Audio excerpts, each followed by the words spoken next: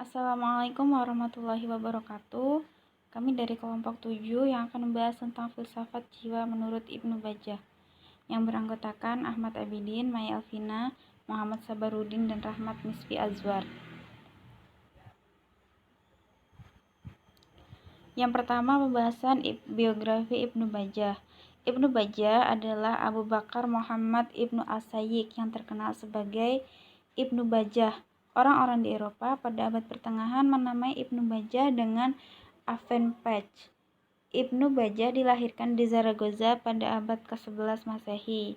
Ibnu Bajjah bukan hanya seorang filosof, akan tetapi ia juga seorang saintis yang menguasai beberapa disiplin ilmu pengetahuan seperti kedokteran, astronomi, musikus, dan matematika.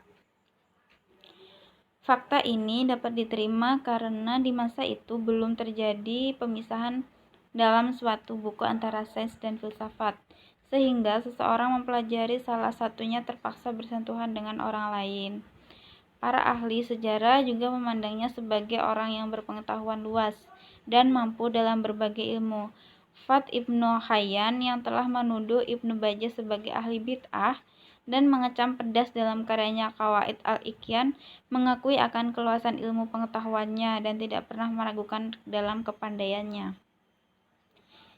Pembahasan pemikiran Ibnu Bajjah. Yang pertama ada jiwa. Menurut Ibnu Bajjah, jiwa adalah penggerak bagi manusia. Untuk jiwa menggunakan dua alat, yaitu jasmani dan rohani. Tubuh baik yang alamiah maupun yang tidak alamiah tersusun dari materi dan bentuk, yang merupakan perolehan permanen atau kenyataan tubuh.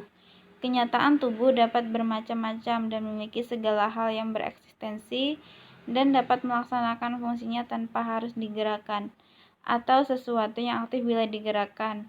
Setiap manusia terdapat 3 penggerak yang seolah-olah berada pada tingkat yang serupa, yaitu daya makan yang sifatnya kecenderungan, 2 daya menumbuh dan berkembang yang indrawi, dan daya akal.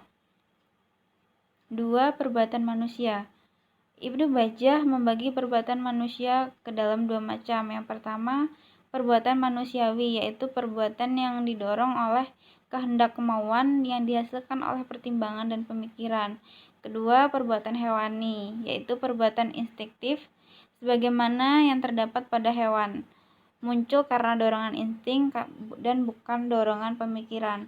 Menurut Ibnu Bajjah, seseorang haruslah menata dirinya dengan menundukkan potensi hewaninya pada kemauan akal. Jika sebaliknya terjadi, maka ia lebih rendah dari binatang.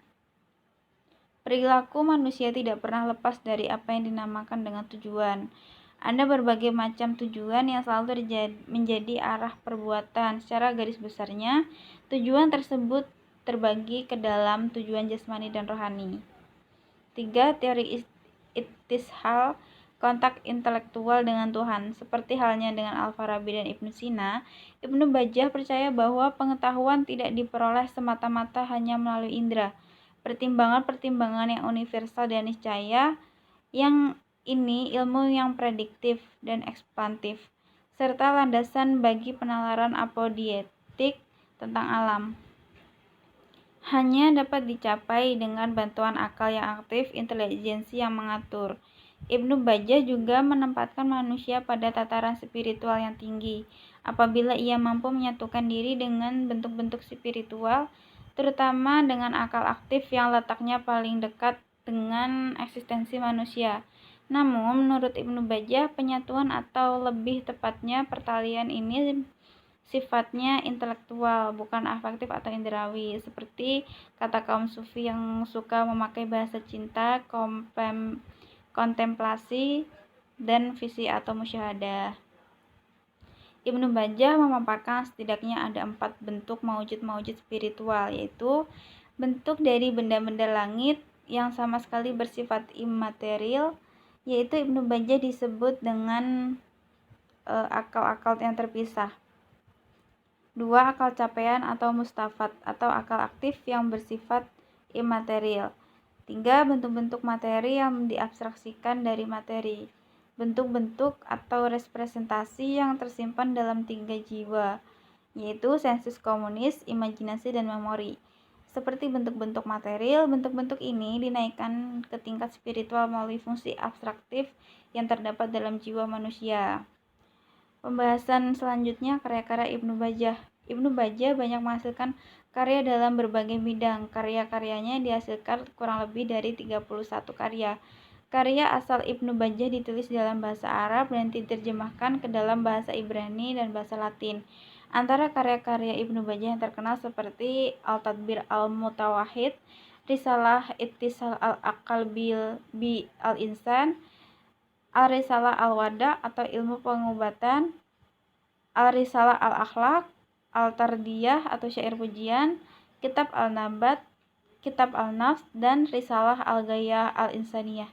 Umpamanya, karya Risalah Al-Wida menceritakan tentang ketuhanan, kewujudan alam, kewujudan manusia, alam, serta uraian mengenai kedokteran serta perubatan.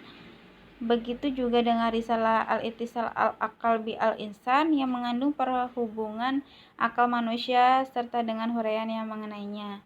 Sekian pembahasan dari kelompok kami. Semoga teman-teman bisa memahami atas yang telah kami sampaikan. Terima kasih. Wassalamualaikum warahmatullahi wabarakatuh.